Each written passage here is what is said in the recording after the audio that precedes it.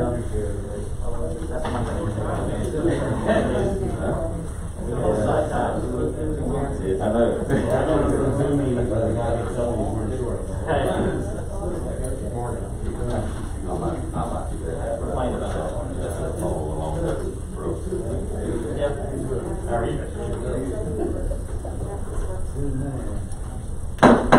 Good morning. It's now time for our meeting to begin. It's 8:30, and we appreciate each and every one of you coming. And if you, I think everybody's doing some on that. I was going to tell you, we've had some complaints about asking folks to wear masks, and we can't demand it. The only thing we're trying to do is protect you from us and us from you. So, but everybody has on one, and we certainly appreciate that. This morning, Commissioner Gibson, let's see if I can, let's discuss phones just a minute. You'll check your cell phone and put it on silent. But if it does ring, if you'll go out into the hallway and answer it, then you can certainly come back in. And we're trying to lead by example, as the CDC has specified, is mask. We have sanitizer over there. We have more masks over there. We are 6 feet apart. And hopefully we won't touch our face. And most of us. So, but we do certainly appreciate your being here. And if you will stand, I'm going to lead us in invocation and pledge of allegiance. Father, we thank you for this day. We thank you for those that are present here this morning, and we just pray for wisdom that we can carry on county business, dear Father, and for your will. And most of all, we lift up all the health issues in this great United States that we live in.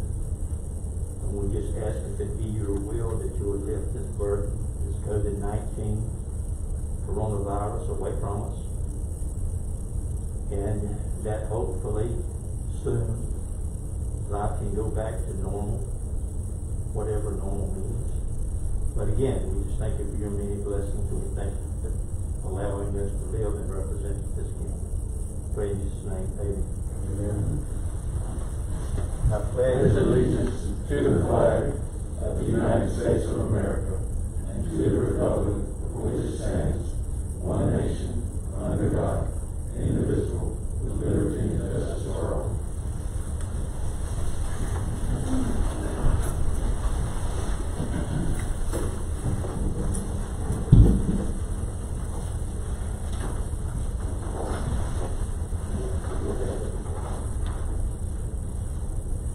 I'm going to ask Ms. Gaines now to call the roll of commissioners. I, Olympia Gaines, President as Corporate Board of Commissioners, hereby call the roll for those on the governing body and its officio staff. All those present shall answer by saying aye. Chairman Ward Thompson. Aye. Vice Chairman Anthony Simmons. Aye. Commissioner Ray Mosley. Aye. Commissioner Jeffrey Stringer. Commissioner Kurt Beal. Aye. Commissioner Timmy Rushing. Aye. Commissioner, I have determined that we have 6 members of the Board of Commissioners present. Therefore, we have a quorum to conduct business for the good of the citizens of Lewis County. I now yield the floor to the chairman. Thank you, Ms. Gaines. Before I entertain a motion to approve the general agenda, do we have any other discussion or modifications desired by the county manager or the board? Will the chairman yield to the county manager, please? Yes, sir. Thank you.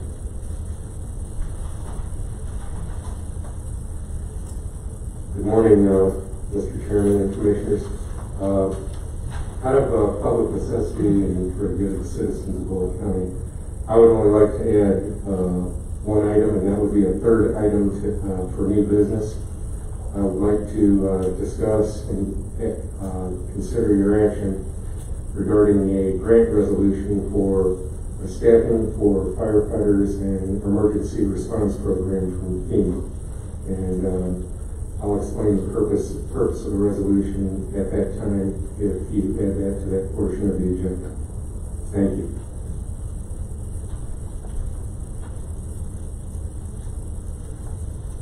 Thank you very much. Now, any other additions, changes? Not, I need a motion to approve the general agenda. So moved. Second. I have a motion, a second, any more discussion? Hearing none, all those in favor of the motion, show of hands. Unanimous approval. Now, next, we're gonna move under public comments, and at this time, I'll recognize any citizen that has, anything on their mind that you would like to discuss with the board. If you do, if you'll go to the podium and state your name and address for the record, we would appreciate it. So, anyone would like to speak? All right, you step up there. I catch my breath, had to run up here. Speaking of breath, while he's getting up there, I do want to tell you something, because, you know, we've had comments about wearing masks, and that I feel like sometimes I cannot breathe. If that happens, please take it off and go out into the hallway. And we're trying to protect everybody, but we don't want anybody not to be able to breathe. So, all right, we're going to have 4 minutes. Can you control it from here? Mr. Wiggins, we normally give 4 minutes. Okay, I'll be quick about it. Anybody that speaks. I know the Boca County's had a lot of rain lately, over the last several months, not lately, but back in March we had a lot of rain. Do me a favor, state your name and address. My name is Dennis Wiggins, live in Boca County, 399 Floyd Drive, 30461, around Bluefield, Brooklet area. Okay. We've got a short dirt road, County Road 341, I believe it's in Kurt's district, I believe. But anyway, we have problems with our road. I have problems. All my neighbors drains into my property. I have a berm on one side of my property, and the water's not going to go no further. I have neighbors that don't have culverts, no ditches in their road. There's no ditches. But I've been out there 17 years, going on 17 years. I've had 4 problems out there. That was only because we had no ditches to drain the water. If the county doesn't drain the ditches, pull the ditches, I'm going to get all the water. And I was told when I first moved out there that we had to have culverts. Miss Janet Trigger said we couldn't move out there on our property unless you had a culvert. We have several neighbors that do not have culverts. The county road graders are constantly, when they grade the roads, covering up the culverts. When we do have culverts, the ditches aren't full, and we can have all kinds of rain. As long as my property does not hold water when it pours rain 4 or 5 inches if we have ditches. But it's a lack of the county doing a job, getting out there full of ditches, putting culverts in. I'm still trying to catch my breath from running way down at the park lot. I understand. You take your time. Okay. But I have another neighbor here, and she'll probably, with the rest of her fullness, her neighbor across from her does not even have a ditch. The road graders grade the road this way to her property. All the water flows on her property, down my other neighbor's property who doesn't have a culvert, and it comes to my property. I'm going to build a berm if the county does not do anything about it, and my neighbors are going to be able to keep their water, and they're going to have problems. I hope the county rectifies the problem. Thank you. Thank you very much. Dennis, if you would do something, we saved this chair for you. That chair right there. Thank you. If you'll pull it to the other end of that table, Okay. behind you. Sure. So that damn big screen. You can do that, but I think you're only 2 feet 3 inches away and we're trying to separate everybody. Go ahead. Now, yes, if you would come up to the podium, Okay. state your name and address. Who's talking? Oh, hey, thanks, how are you? My name is Deborah Lewis. I reside at 295 Floyd Drive. Our neighbor across the way lives at 294 Floyd Drive, and his name is Mr. David Gerald. I have been told that he refuses to allow the county to put a ditch and a culvert on his property. He says, quote unquote, nobody is gonna tell him what to do. I think that's just a colloquial term of speech, but it's impeding our property. We're having problems with our septic tank, and it's not because our septic tank needs to be cleaned, because it was last year.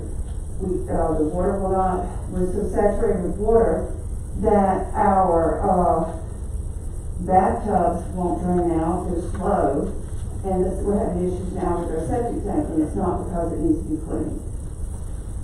The water comes the water comes all the way down off of Stilson Leafield, and it comes at an angle. It's a slope. I've had the county engineers out there 3 times, and they said it will not get resolved until there is matching ditches all the way down Floyd Drive. And there's 2,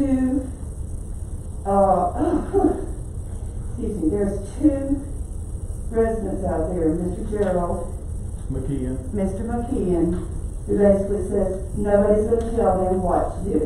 And it is messing up his house. He has to run a trash pump, I think that's what it's called, 24/7. He almost had to run it for a whole week, just so he could get the water away so he could get into his front steps.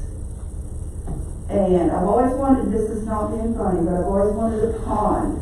But we had a pond in our front yard for almost 2 months, where it accumulated, where it's going under our fence, because it has nowhere to go. And this was also relayed to me that someone who lived out there for 23 years says, this is the way it's been for 23 years, and it'll be like that another 23 years. I've been out there now 13 years. The engineers have been out there 3 times. They said it again. Until there's a ditch on either side of the road with appropriate culverts, nothing's going to get resolved. And that's all, I guess that's all I can say. Okay, thank you very much. Thank you. Thank both of you for coming. I think we need to take just maybe 4 minutes to respond, if you'll come up here. This is Transportation Director, in fact, Public Works Director is in charge of issues that y'all are talking about.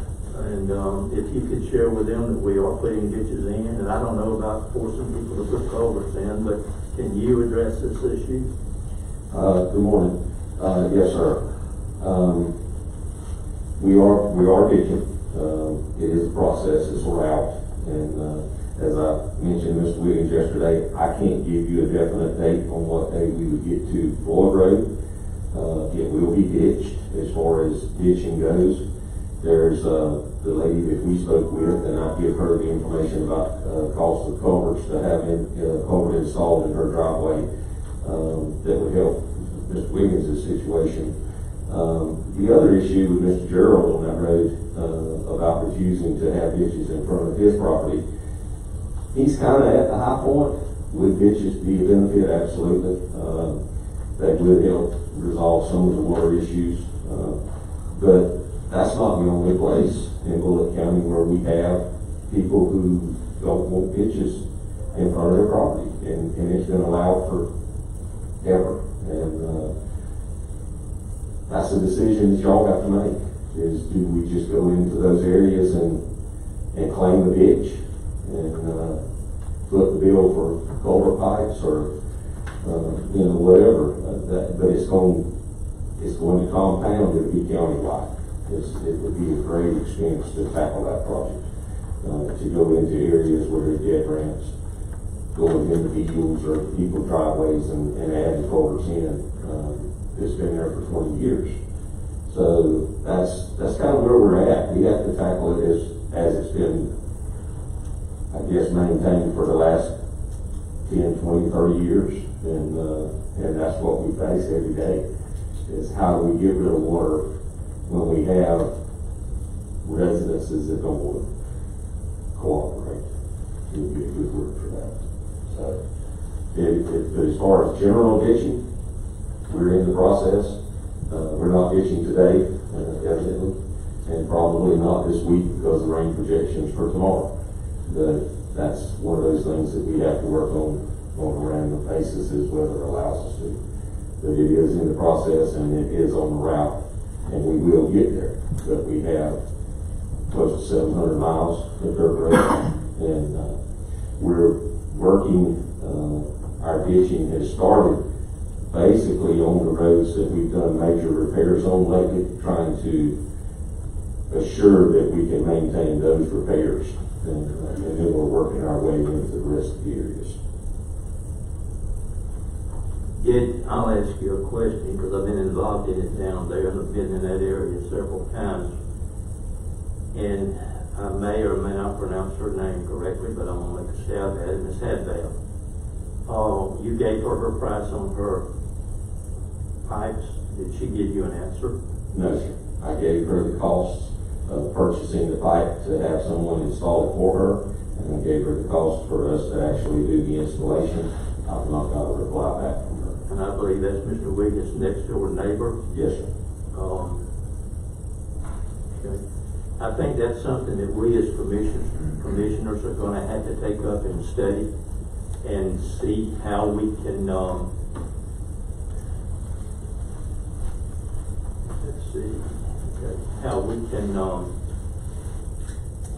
what kind of decision we're gonna be able to make with these, I guess, pipes that's been there for 20 years and, you know, the cost of the county and,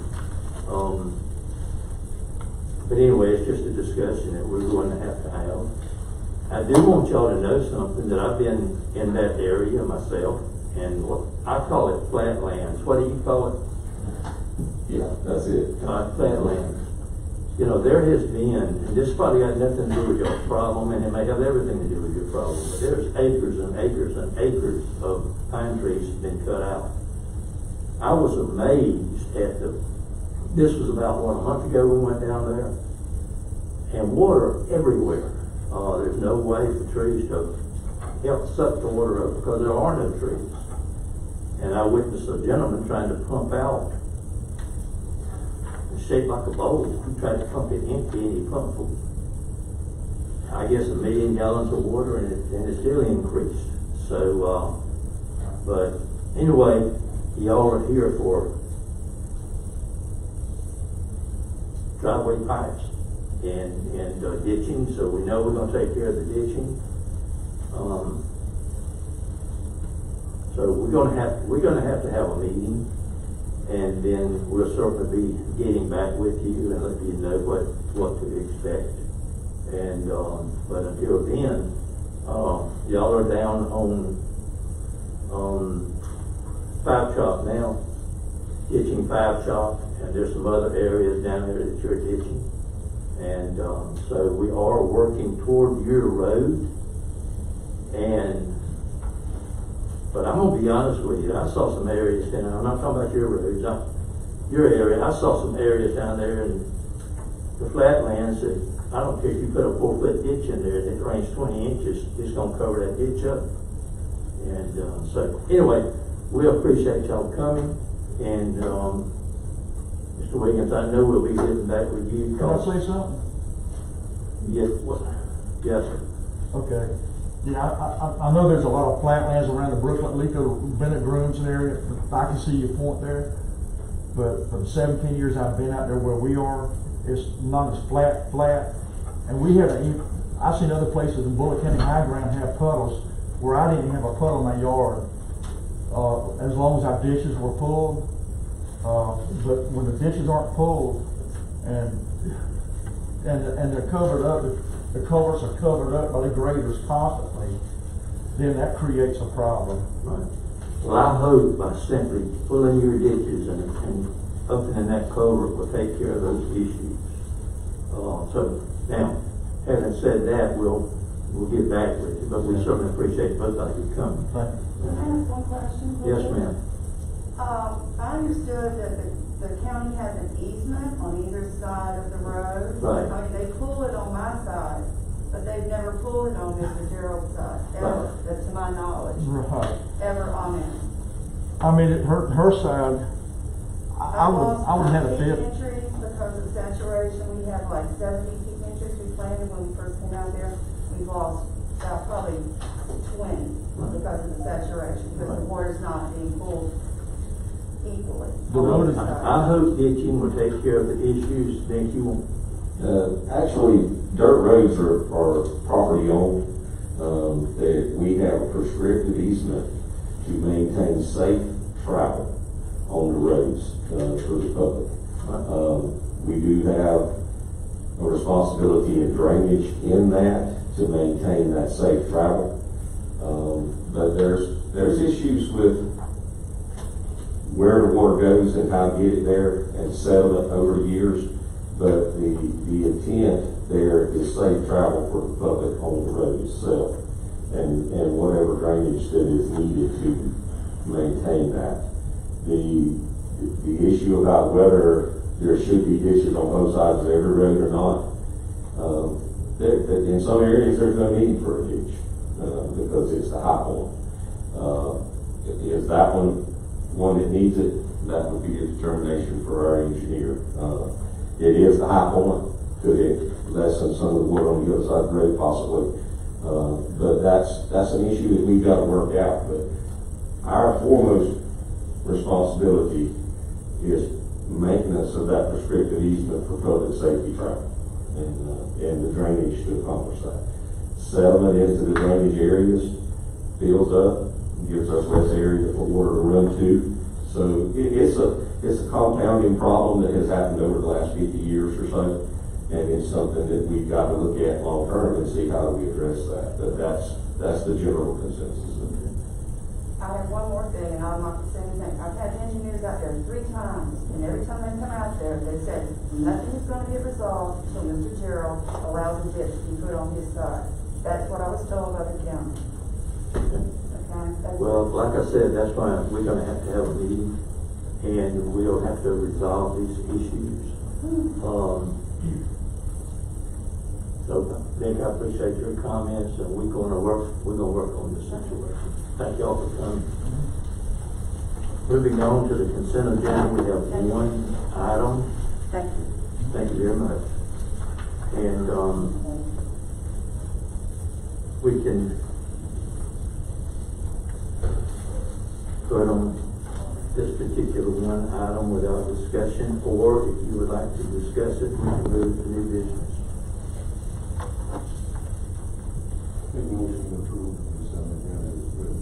Okay, have a motion? Second. We have a motion, we have a second, any more discussion? All those in favor of the motion, show of hands. Unanimous approval. Thank you very much. We're gonna move now into new business. We have 3 items. First item is the bank services presentation by Davenport, and Ms. Whitney, you're gonna lead this discussion? Okay.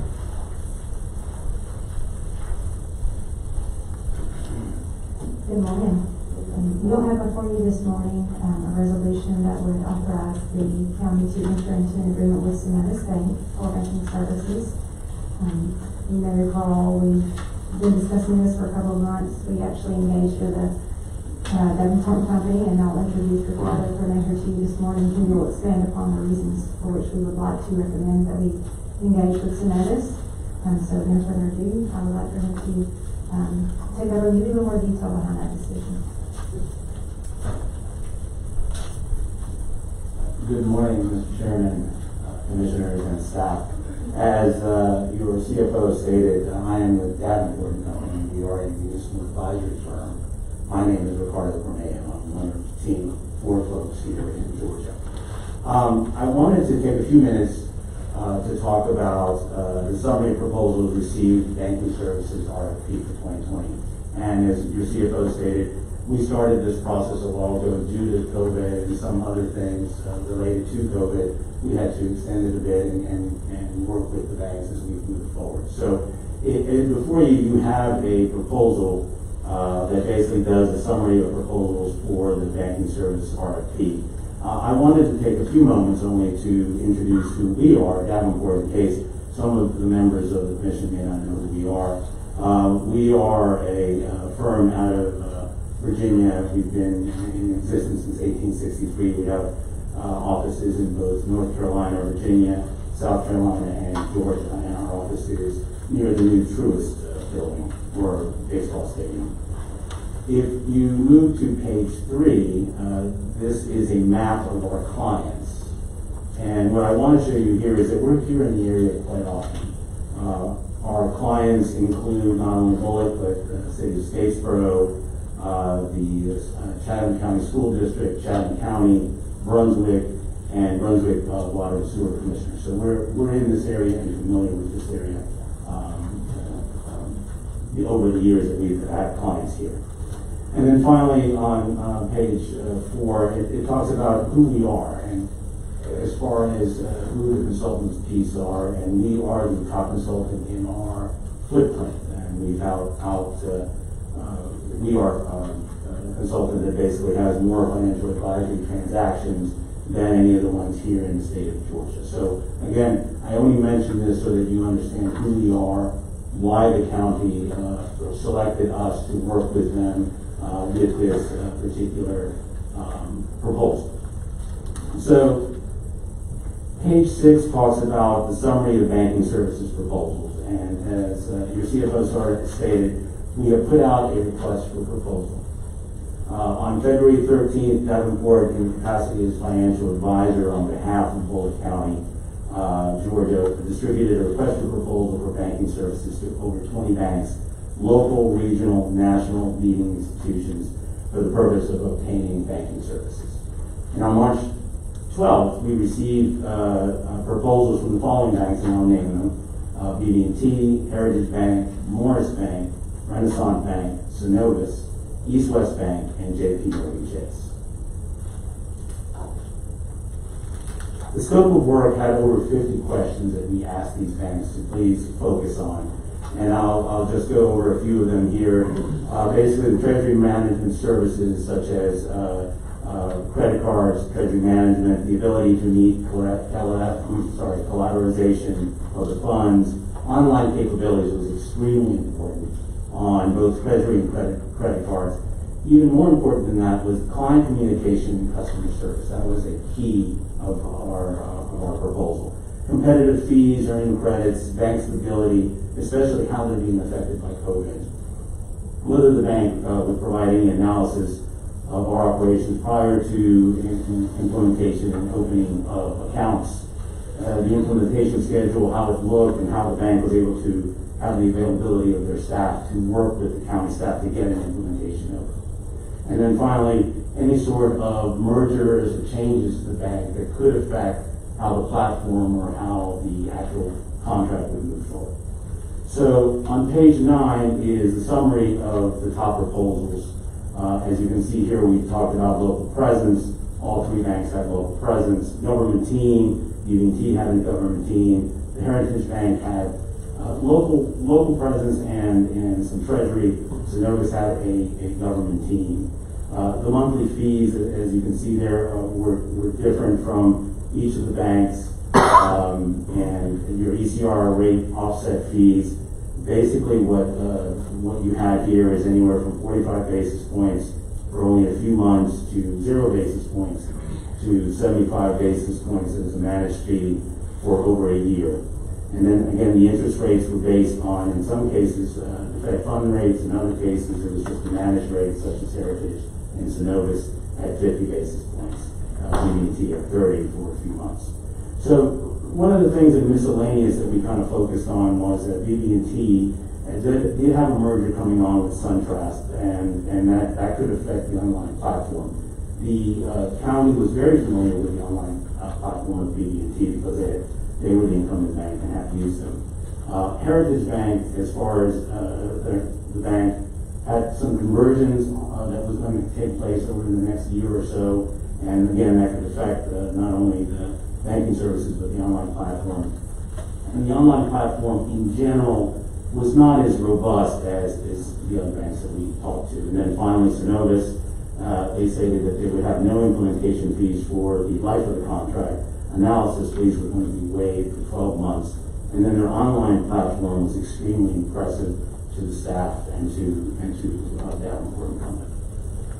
So what we would like for today is on page 10, Davenport recommends that the county accept the Synovus proposal for banking services based upon the following. 1, the bid provides the best online platform for both treasury and credit cards to meet the scope of work requested in the RFP. 3 teams all providing on-point client communications and customer service, so that is local, treasury, and government. And we noticed that during this whole COVID issue, when we had asked for information, one of their team members or team members were always readily available to answer our questions. Strong implementation schedule and availability of personnel during training, availability to provide analysis of the county's operations prior to implementation and opening accounts. So that will be important that they can focus on things prior to that implementation. The references were extremely positive. And then no additional implementation fees for the life of the contract, and analysis fees are waived for the first 12 months. And again, a competitive ECR and interest rates guaranteed for 12 and 6 months respectively. So all fees covered by the ECR. So the last page basically states just a next steps, and the next steps again is May 19th, Board of Commissioners to make a selection of the banking institution. And I'll entertain any questions that the board may have. Any commissioners have any questions? If not, we thank you very much for your presentation. Good.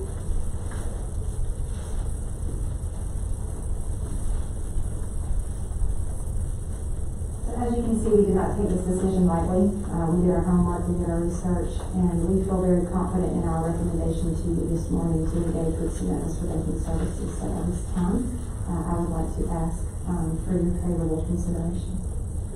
Before we do that, might I ask for Mr. Chad Avery to come up and say a few words to us about Synovus Bank?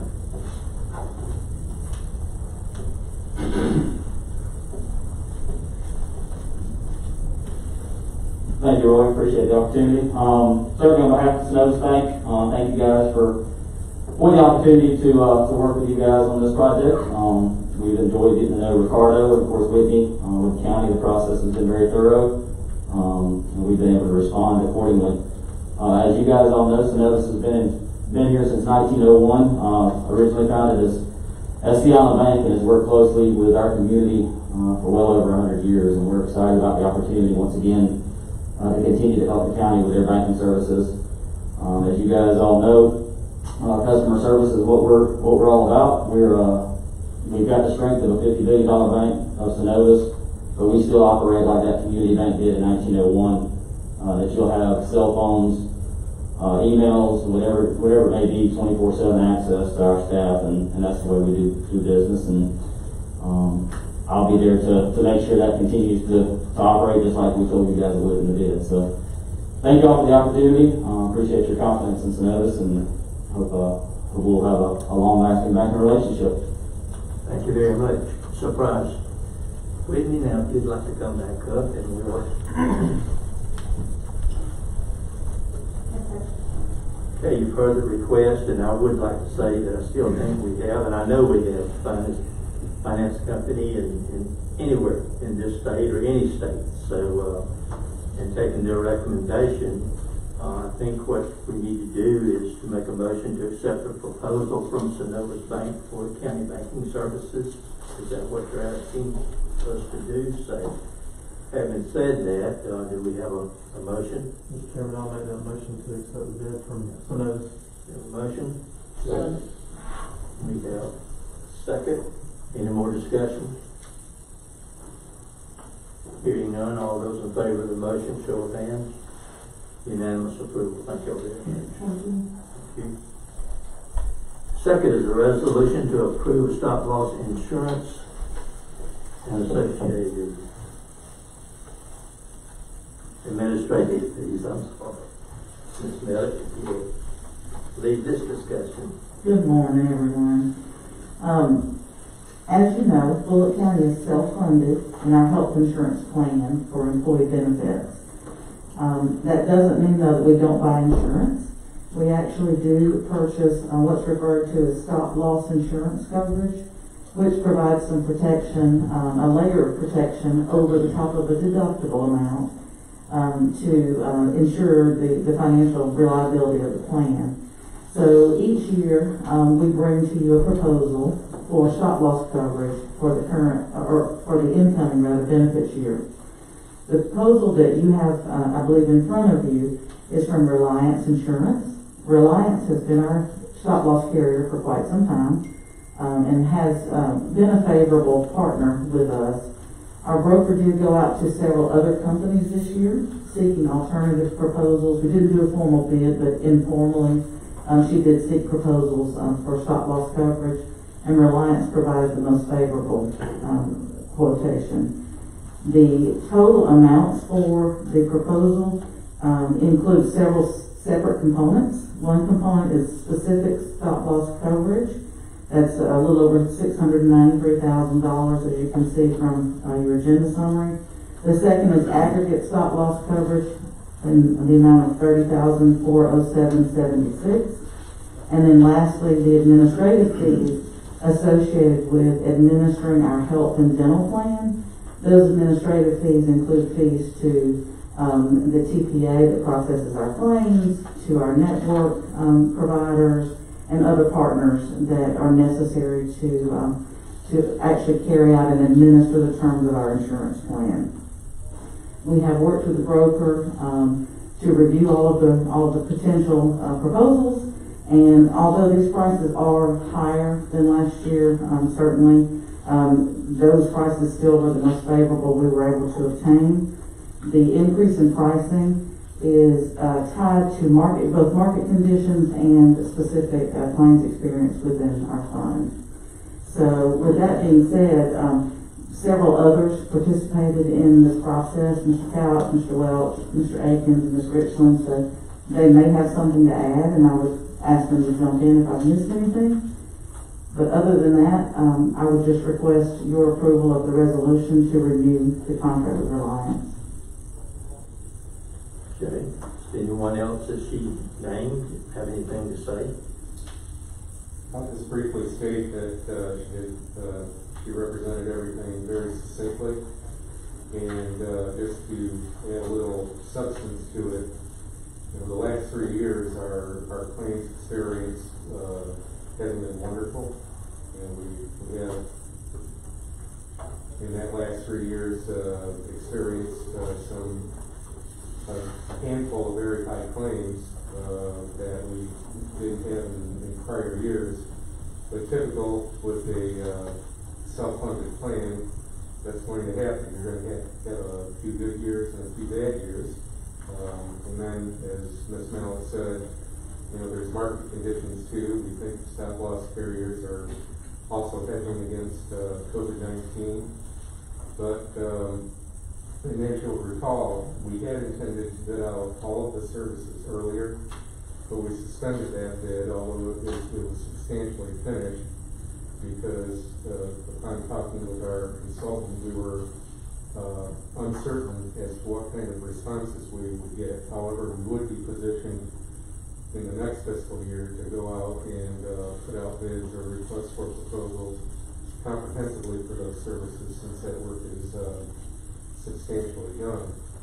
So I think in the meantime, we're adequately funded in our health insurance fund to get through the year, but we are going to have to emphasize that wellness, health and wellness to the extent that we have. And I think, are we using those 90-degree tools that are offered or were offered? Some of them, yes, and they have offered us some additional wellness opportunities that we'll be examining for the coming year as well. Yeah, so at the end of the day, we'll be all right. This year we don't foresee increased contributions either on the county side or the employee side, unless there are some minor changes during the open enrollment period. But we will have to put next year on sort of a watch list, and I think as we progress through the year, you know, unless we see some of these claims experiences begin to turn around, or even nonetheless, I think next year, if the markets settle and COVID-19 settles, we're going to go ahead and pursue those bids for the various service providers within that fund. Thank you, Mr. County. Thank you. Anyone else? I have to admit, I have made a terrible mistake. Tom, I should have asked you to go up to the mic, Oh, yeah, I'm sorry. and I'm sure that some, we're live streaming, and I'm gonna try not to make that mistake again. But in the future, y'all help me with this. We need to go to the mic if we're going to say anything, so people can hear. Now, anything else from the commissioners? Any comments? Questions? Then I will ask for a motion to approve. No, I'm gonna ask for a motion. Whatever you motion is the resolution to approve stop loss insurance and associated administration fees. So moved, Mr. Chairman. Second. Have a motion, second, any more discussion? Hearing none, all those in favor of the motion to advance? Unanimous approval. Thank you very much. Next, we're going to have County Manager Tom Kelch come up and talk about a safer grant for the fire department. Thank you, Mr. Chairman. A safer grant is staffing for adequate firefighting and emergency response personnel. Some of you may recall that in January 2018, we approved a 5-year strategic plan for the BOC County Fire Department that included many of the things that we've already done. As you know, you established a tax rate in the rural fire district. We've begun to hire paid firefighters to fulfill some of the goals and objectives of that plan. And included in that plan was very aggressive grant writing initiatives. We've already filed for an assistance to firefighters grant, which we hope will give us about 75% of the new breathing apparatus or equipment that we need to help improve firefighter safety, among other things. And just after that, the SAFER program came out, which gives you the ability to add firefighters. And as you'll recall in that strategic plan, we were kind of ramping up. It was a 6, 12, 18 position authorization over 3 years. And as we're getting effectively into the 3rd year of that 5-year plan, what this grant would do initially, or the way it was intended until we found out some new news last Friday, that would be the opportunity to allow us to ramp up to 18 positions that would be placed at the 4 departments that we've designated. We currently have, I believe, only 5 of those firefighters presently hired. Now, the reason that this resolution is being asked for is the grant requirements are pretty specific or preferential in asking that the governing body formally approve either a resolution or take some kind of action authorizing the funds. Because initially, and I'm still trying to understand the new notice that came out Friday, but the grant is a matching grant. The first 2 years for the positions are 75-25, that's 75% federal, 25% local. And then the last year is 65-35. When it comes out in the wash, it's kind of a 2/3, 1/3 thing over 3 years if you hire all of the positions in a timely manner. But the thing I have to determine with the new notice that came out on Friday, it does suggest, and I have to be sure that we wouldn't have to file a hardship waiver, that the grant requirements for local cost share would be waived. And we could, if we wanted to, do what they call supplant positions. In other words, the idea was, in the initial grant application, we assumed that we had 12 authorized positions, even though not all of them were filled. And then the additional 6 would get us to that cap of 18 paid positions. Well, if I understand supplementation right, we can, if we apply for these 6 positions, we can use those funds if awarded to hire some of those positions that we haven't come to full staffing with. But regardless, they do recommend a preference for government body action to support the application. And I put here in the resolution up to $986,000. In other words, that's what the total personnel cost would be, and assuming that they give us 100% of the money.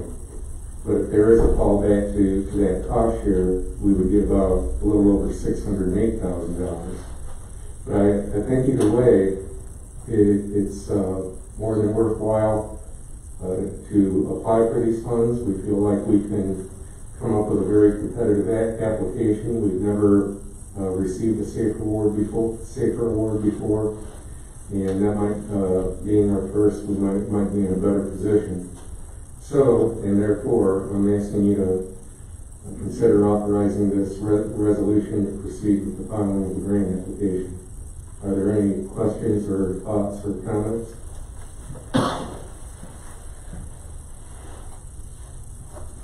If not, thank you, and I'll yield the floor back to the chair. Thank you very much. If we have no questions or comments, I'll ask for a motion to approve the resolution.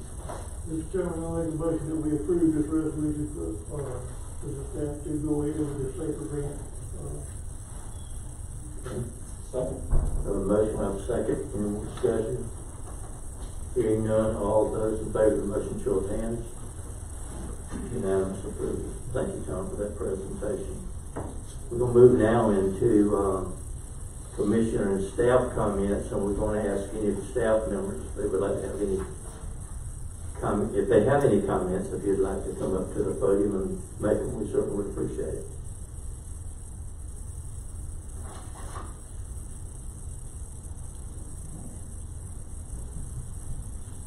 Seeing no one move, then we're going to move to the commissioner comments. Any commissioners have any comments?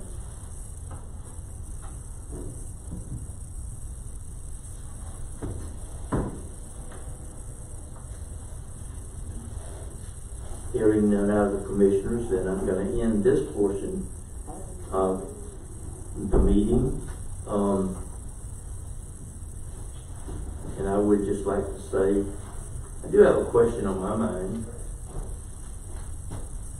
In the back, I see a visitor. Would you mind telling us who? I have the privilege of doing things like this, I hope. Would you mind telling us who you are, please? Sure. If you would. Good morning. My name is Kelly Anderson. I'm a citizen of Floyd County. Grew up here. I do have a concern. I'm not sure what part of the meeting that I can raise it. Right now. Okay. On Thursday, the 14th of this month, Armed Forces Day, that started at sunset on that day, I noticed 5 different flags that were put up, and they didn't meet the compliance or the etiquette procedures of United States of America flags. There were 2 from private businesses and 3 were state and federal. The first one I noticed was on the federal building at the courthouse. It was flying, it looked like approximately 4 feet below where it should have been raised to. And then I noticed a private entity, and then the flag at the fire department wasn't, it was probably maybe a foot below the place where it should have been raised to. And then yesterday I noticed at 5 points, well, we call it 5 points, Victoria Rushing and Burkholder area where the recycling center is, that flag was battered and kind of torn on the edges, and it was raining. It wasn't a weatherproof flag. And I happened to, my dad, my father, Father Embry Anderson, who's now passed, was really good friends with Jackie Stringer, and I knew that he was on the Board of Commissioners. It was past 5 o'clock on that Thursday, the 14th, and yesterday when I was the one at the Recycling Center. So I called him again yesterday, and I told him that I did have a weatherproof flag that I wasn't using, and I would like to donate it to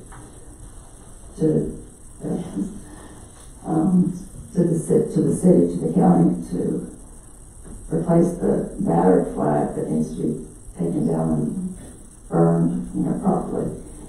And he said that he would accept it. I don't know if he spoke on y'all's behalf or if y'all had a meeting, but I would like to donate that, and I'll help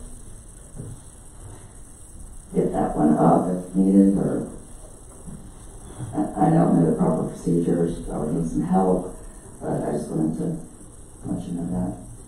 And we certainly appreciate that. We normally handle things like this under public comments, but it's hard to see a person's thoughts.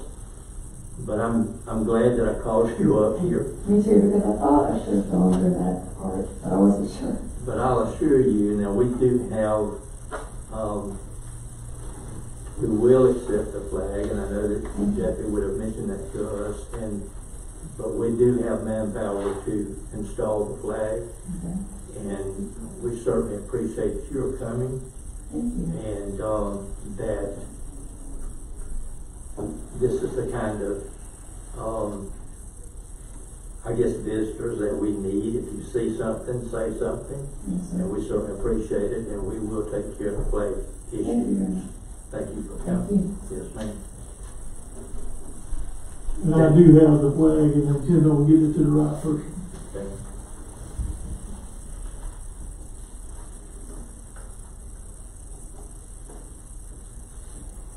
But that was constructive criticism, and we certainly appreciate that. And to give this county a flag, and we can dispose, we have a box, or we can dispose of the other flag properly. You can rest assured of that. Okay, is there anyone else with anything to say? I too would like to thank the staff for the job that you do. It's hectic, but we're going to make it through this. And I hope the citizens out there see that we're trying to be transparent, and we're also trying to do what we're supposed to do. I know we could do some Zoom meetings, but we prefer to have open meetings like this. So what we're going to do now, we're going to move into a workshop for roads and sanitation. And we're going to actually put a 30-minute time limit on it. Nick has assured me it probably will not take that long, but we will put a time limit on it because this could drag out for a long time. And I would say, now if anyone wants to leave, now is a good time to leave. But if you're interested in dirt roads and sanitation, that is to stay.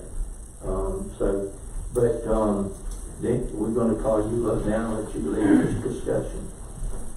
Yes, sir. Good morning. Thank y'all for the opportunity to discuss some issues and with our maintenance process, responsibilities for to the citizens of Bullitt County for road maintenance. We all know that in the past, and it happens every year or few years, that heavy rain events and cause us some considerable damage on roads, especially dirt roads, where water moves dirt, and depending on the volume, can definitely increase that. Volume of water definitely can increase the volume of dirt moved. There's been a false sense from the public and maybe even from some of the commissioners that at some point in time we went what was called ditchless on our dirt roads, and I just want to reassure you that that was never the intent to go ditchless. We did and are still trying to established some new processes for grading and maintaining dirt roads, but we never intended to get away from ditches because we have to maintain a flow line for water to get off the roads and to get away from the roads. So that being said, you'll see a little difference in how the roads are being graded. They have more crown to them. They have a little bit less, I guess you would call it, steepness on the front slope of the ditch. We're pulling that front shoulder off of that ditch and bringing it to the center of the road and crowning it. That gives us, it does two things. For one thing, it opens up the ditch as far as the width of the ditch to allow water to flow. The more concentrated you keep water, the higher the velocity, the more dirt you lose, the more dirt you transfer. So if we open that ditch up and give it a little bit more space to run, we slow down the velocity and we slow down the movement of dirt by doing that. And all of that is part of the Better Back Roads Management guidelines that are handed out by the state and federal across the nation as part of the Clean Water Act to try to lessen sediment movement and dirt movement from one location to another. So in doing that, if we can get those front slopes laid open enough, where now we've always had two ditching routes that go around and pull ditches, and it takes at least a year, if not a year and a half, depending on weather, to get our ditches pulled to maintain drainage. If we open up that front slope to where we can do this, our regular graders can help us maintain that drainage when they're in the area. And the regular graders make their route somewhere between around a month to get their routes done. And so we could be addressing drainage issues or clogs or interferences more so with our regular graders on, and help us. Not that we would ever do away with ditches. There'll be some areas that we would still have to maintain deeper ditches or have to have them to clean out certain areas where a regular grader can't get. But it would definitely increase our ability to service that and maintain drainage. So along with that, the volume of damage that we've incurred when we get high volume rains in the past 7 years, 8 years that I've been with Public Works, it's basically been patch it because it's going to wash out again next time.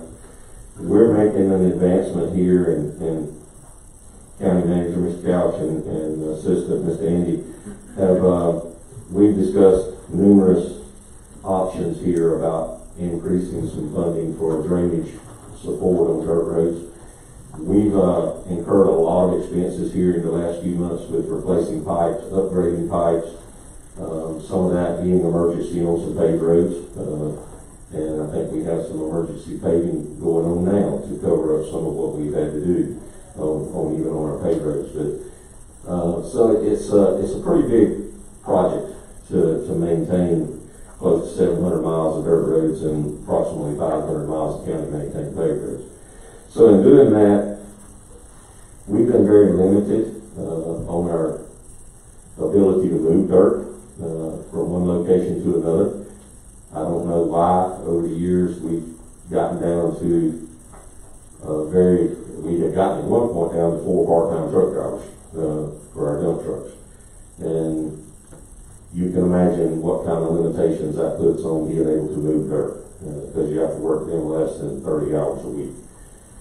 So we've gone through the process. You've approved some new purchases for dump trucks. They should be here any day. I think that PO was sent to Mr. Couch yesterday for approval. The trucks are waiting on the PO. So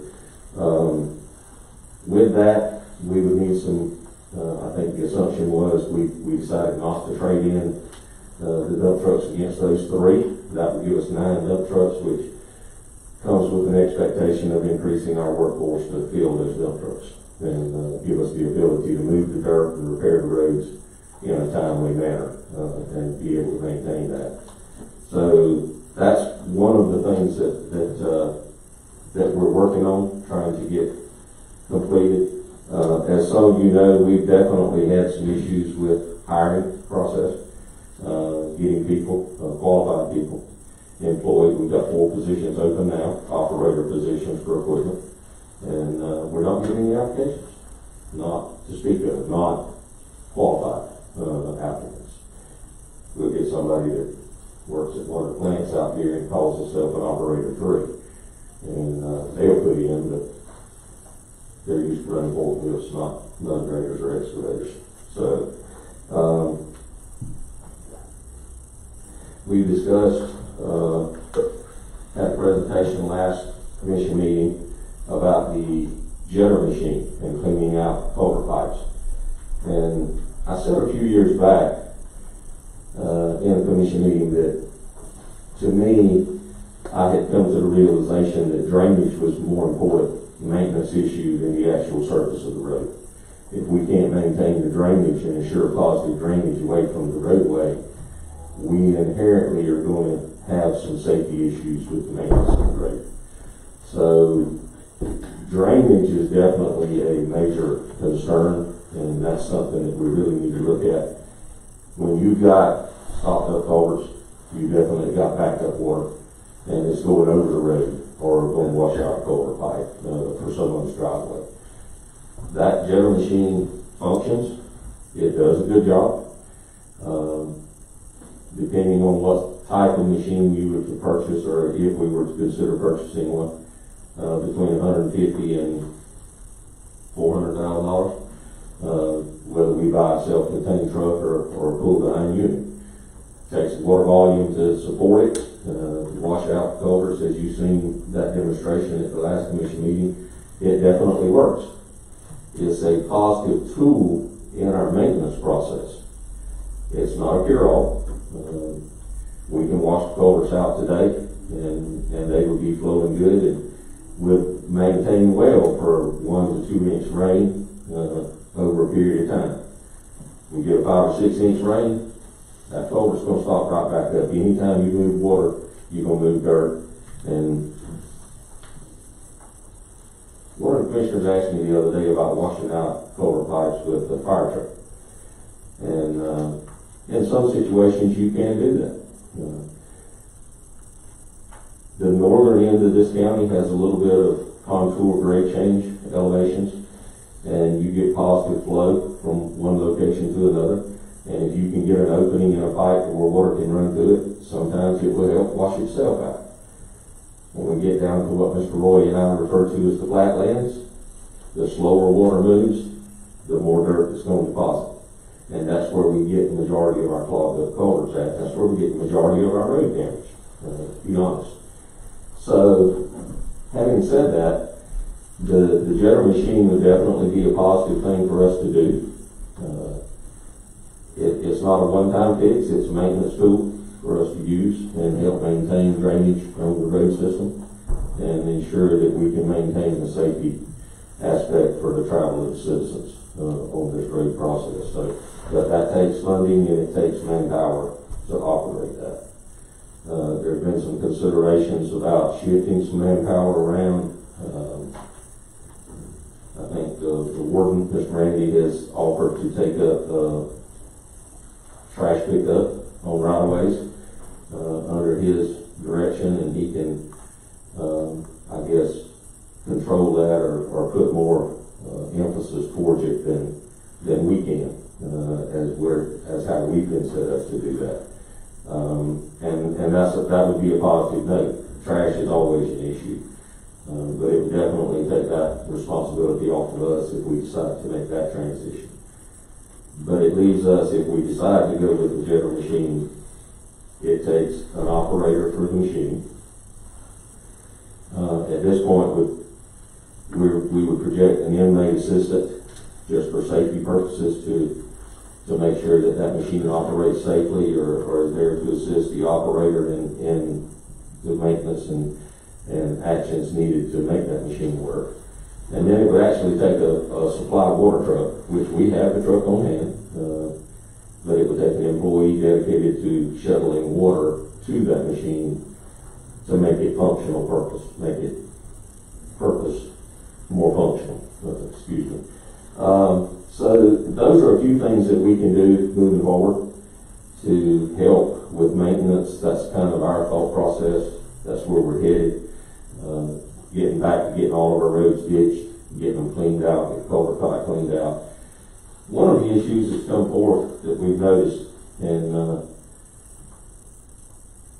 where the water leaves the road and goes into these branches or creeks or ditches or canals, whatever they are, we've never had easements to maintain those drainage courses. And over time, sediment has built up in those areas because it travels down the ditch, gets to the point where it leaves our area of responsibility and goes out into the wetlands or creeks or whatever. And so we've got sediment built up there. So where the pipes were laid 20, 30, 40 years ago, maybe 4 foot deep, the road bed now is down because of grading. You lose dirt when you grade. So our road bed is dead level with the grade on the outside. Our pipe is deeper than the flow line of the water of the area where the water would be exiting our right of way or our responsibility area. We can't, the correction to that wouldn't be raising the pipes, because then we'd have to build the road up high enough to get over the pipes and keep the water from coming over the road. But it limits the amount of water that can get away and go into those areas now, because it has built up over the last 20 or 30 years. So it gets into where does that responsibility lie to keep those areas cleaned out, to allow water to flow that way, which puts us on private property and drainage easement agreements. So this is a compounding problem that's been created over years, and it's something that we have to look at. Most of this we try to do from the road itself, what we can reach. And whether that's, I think by public safety and maintenance responsibilities, that would be legal to do. But in some areas, we need to go further than that and open those areas up to where the water can get to a point where the elevation allows it to get away from us.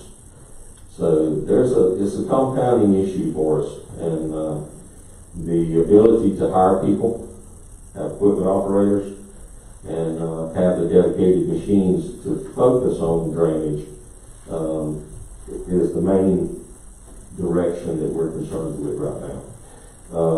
So you got culverts. If we've done a culvert machine, I think we figured that there's probably 10,000, maybe even 15,000 between cross drains and culvert pipes in the county that would need some maintenance.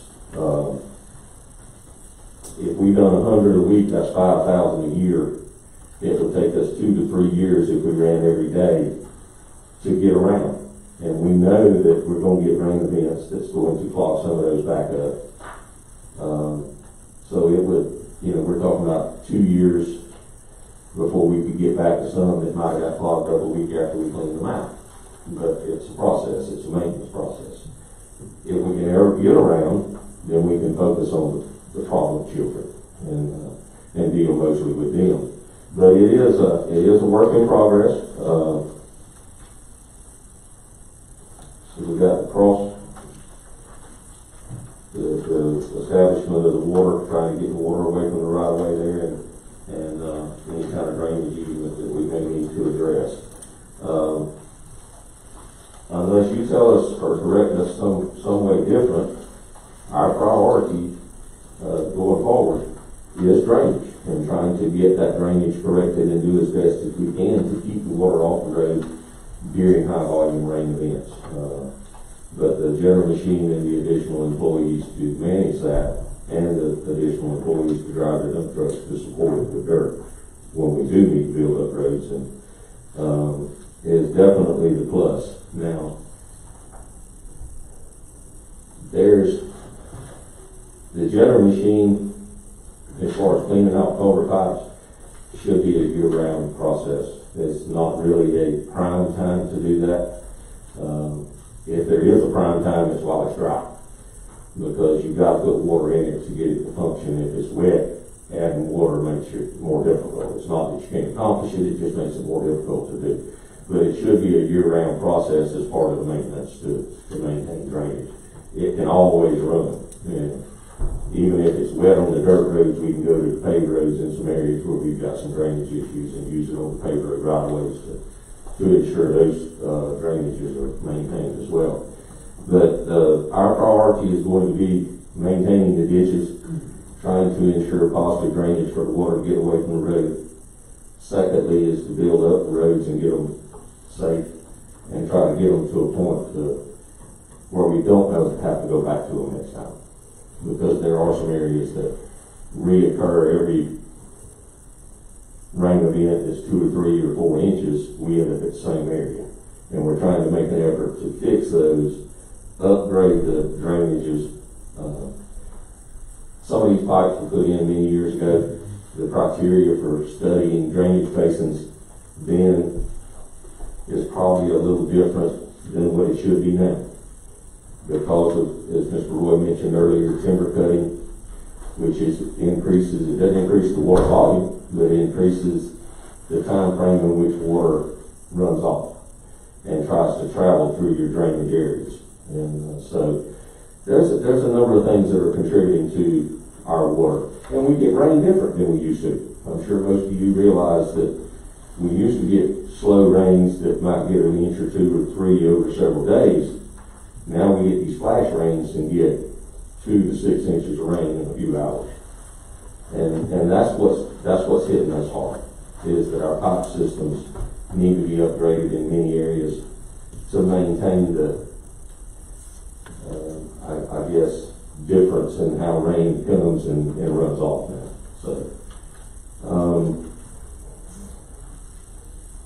I guess what we need from you is some guidance.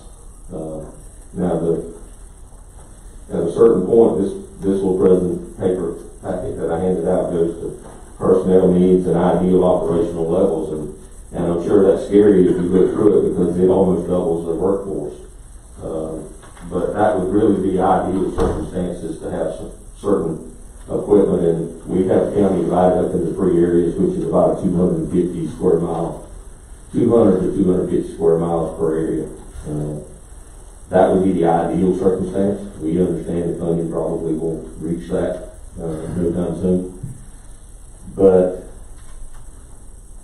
please be assured that we are doing the best we can do with the work conditions that we have been dealt. The equipment, the labor force, the limitations that we have. We are focusing, trying to serve the public as best we can. Any questions for Mr. Couch or Andy, if y'all have any? Unless we have any pressing questions from the commissioners, we've got about 10 minutes and 45 seconds. We'll go into sanitation and the recycle centers, and we'll have another workshop also to come back and discuss. There's 2 words that I think I could use, or 3 words, is well, maybe more than that. Too much rain, not enough rain. That also applies to farmers, but especially that's where our issues comes from. The muddy, boggy, dirt roads or washboard roads. That's the issues that we have, and we get many calls. So let's move into unless y'all have a pressing question at present time. I'd just like to say, Mr. Roy, I've talked with you and Mr. Jack and several of the commissioners. 90% of our calls are probably trash and dirt roads. And we got several issues going on, not just with the gel machine. The foliage on the trees, I don't know how many years it's been since we've been around with the vertical mowing. If you had a contract last year, it hasn't been satisfied. The farmers are the main complaints that I get from. I mean, the cotton pickers are $600,000. They're going down the dirt road, and they got to go down the dirt road because they're going to go to every little field. I don't care if it's an acre, they're going to get that acre. And it drags shoots off the cotton pickers, and that's a cost in itself, but the downtime to order that chute, and you got hurricane season coming, and you trying to get your crops out the field, and they driving stuff down that dirt road that costs more than most people's house again. So, the mowing of the road needs to be seen about, shelling sheep or whatever, because we know that the ditches being not being dug, or the culvert pipe being stopped, that's the problem. But with the hurricane season all coming, I think that, and me and Mr. Roy talked, and Mr. Jackie, I mean, dirt roads, it should be a priority of the county. I mean, you know, that and trash, that's where we get our most complaints from. And of course, like everybody knows, if there ain't no money, there just ain't no money. I mean, and that's understandable. Every one of us had to go through that before. But if there ain't no, if there is any money, that's where it needs to be applied to at this point in time. The issue with the vegetation is definitely something that we've been trying to do for the last several years. We bidded out that contract for vertical mowing on dirt roads 2 years ago. The first year, the contractor fell short, could not complete the job. So we ended up in some areas that didn't get done, probably 40% or so that did not get mowed. The second round of bids, I think was cost-wise exceeded what we expected, and so we dropped back and looked at that. We've been addressing the vegetation on an emergency response basis. We have 2 boom axe tractors that are still functioning, they're still running, and we've been addressing it on emergency situations at intersections and any issues that arise from buses or anybody complaining. I have started getting some complaints from the farmers about access to the fields with their equipment on some of these roads. It's definitely something that we need to look at. We rebid it. That was kind of put on hold, I guess, for this discussion as to where do we go with that. Because it's about a $400,000 a year contract.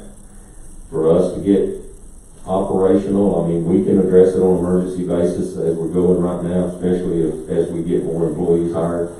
We could definitely give it possibly more attention, but that's a process that we used to have 4 or 5 boom axe tractors running full time, and it took a year or better for us to get around, and that was dirt roads.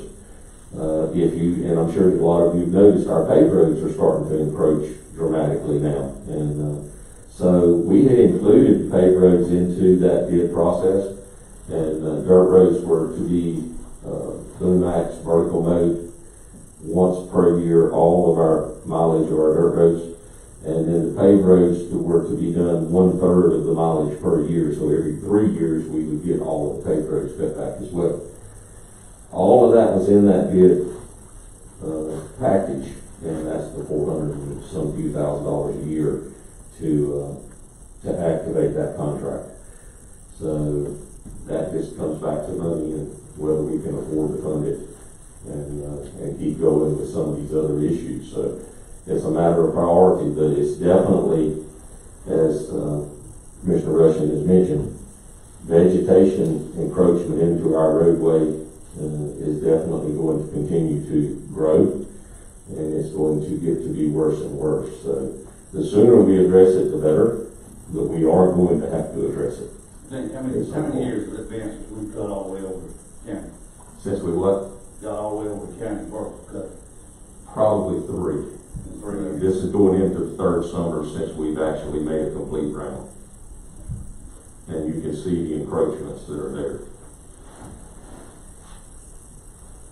So that's just another aspect of transportation, and if you want to discuss that, or if there's any other questions for that before we begin. Refresh everybody's mind with the contract that we got last year, because he didn't fulfill the contract, and then we didn't have anything to back it up as far as somebody could take over his contract. And so, as far as I know, other than the emergency mowing that you went and done, we didn't mow any last year, right?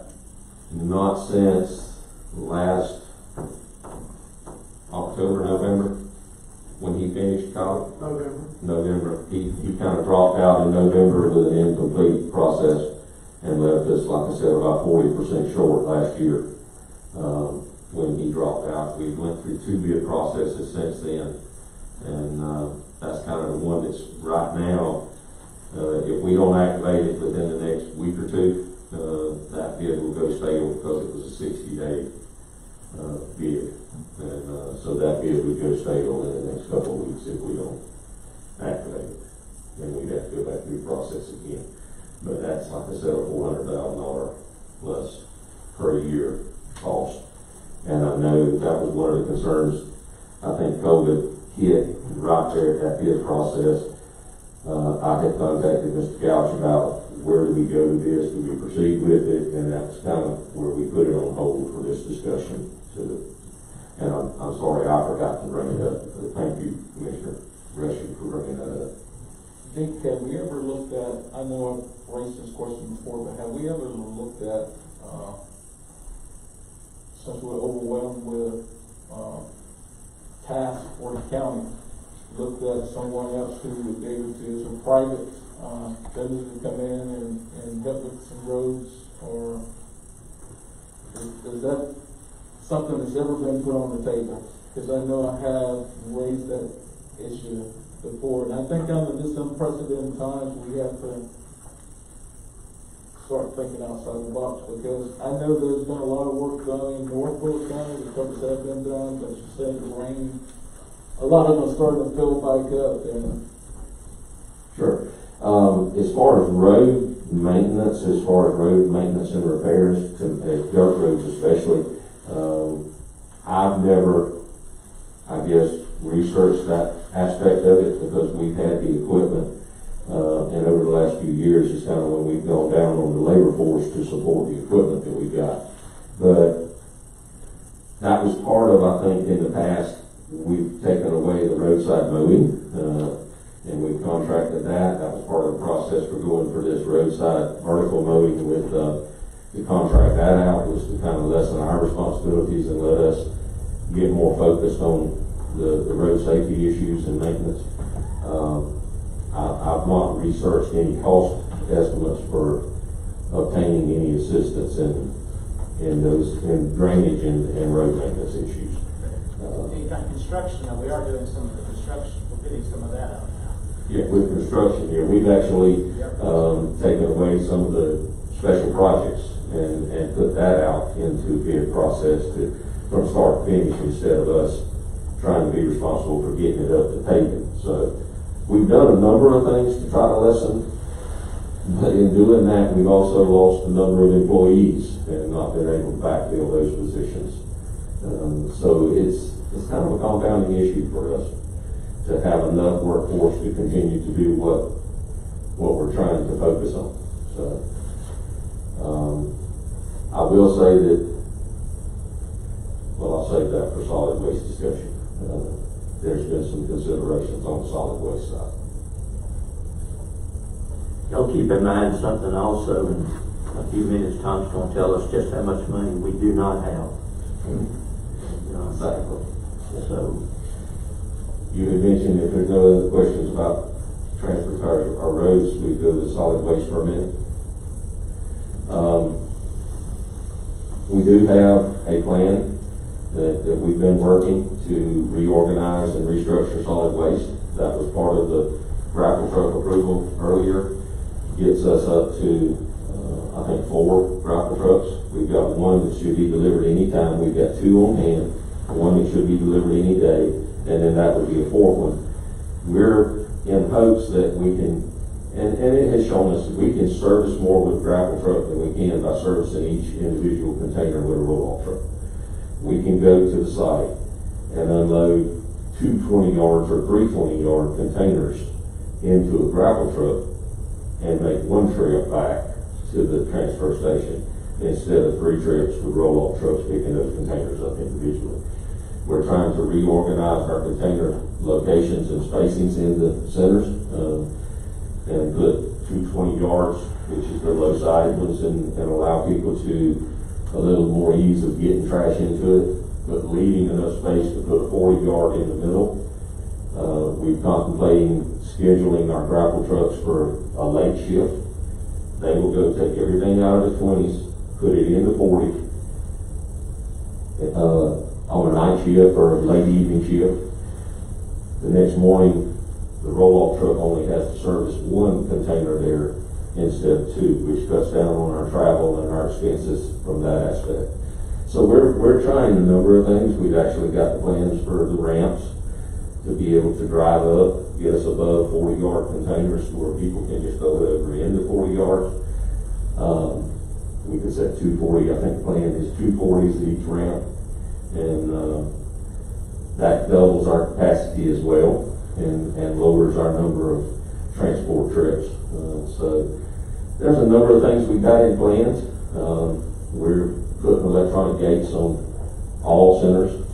There's two that we're going to have little issues with. We may have to redesign the gate system to make them function, but we're putting cameras in all of the centers. Hopefully we can visually inspect the centers with the cameras and determine whether we need to make trips or not, instead of just making random trips and seeing if it needs to be cleaned out. We can maybe make some visual inspections by camera doing that. And if a driver gets there and notices some contamination or some abuse, we would be able to look back at the camera system and possibly determine who violated the process and start some kind of legal actions against violators. I will say this, and we've been without attendance now for almost 2 months, and there are pluses and minuses. There's savings from the attendance not being there and having the cameras and the gates functioning, and which is the biggest responsibility they have. And maybe once we get everything in place and get it organized, we can cut down on some of this abuse, but our abuse has been dramatic in these last couple of months.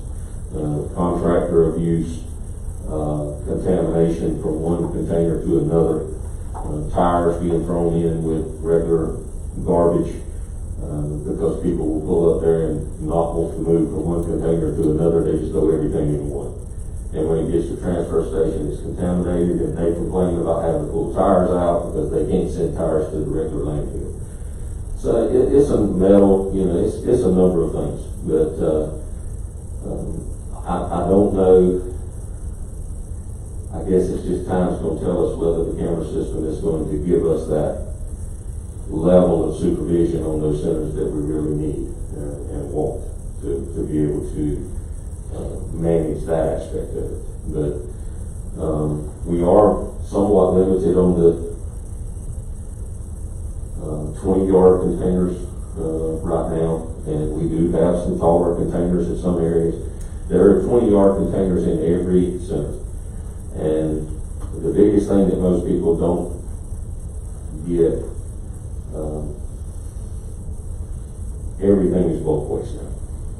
Other than metal, tires, and yard waste, everything else is bulk waste and it's going to the landfill. People still want to separate their items. So that's one of the biggest complaints we get. The 30-yard containers being where the compactors used to be. But one thing that does is, if it's 20s, we're servicing them a whole lot more often. And if it's 20s, the sides are lower, it gives people more ability to contaminate the load. If it's a 30, most people aren't going to throw anything more than a household garbage bag in a 30-yard container. And I understand it is hard for some elderly or some disabled people to get it that high. But there is a 20-yard off to the side there that they can throw it in as well. And there's signage there that says everything, if the household garbage is full, put it in bulk waste. Everything is bulk waste. So we're trying, but I will say that with this COVID and the circumstances that it's created, with people being home, kids being home,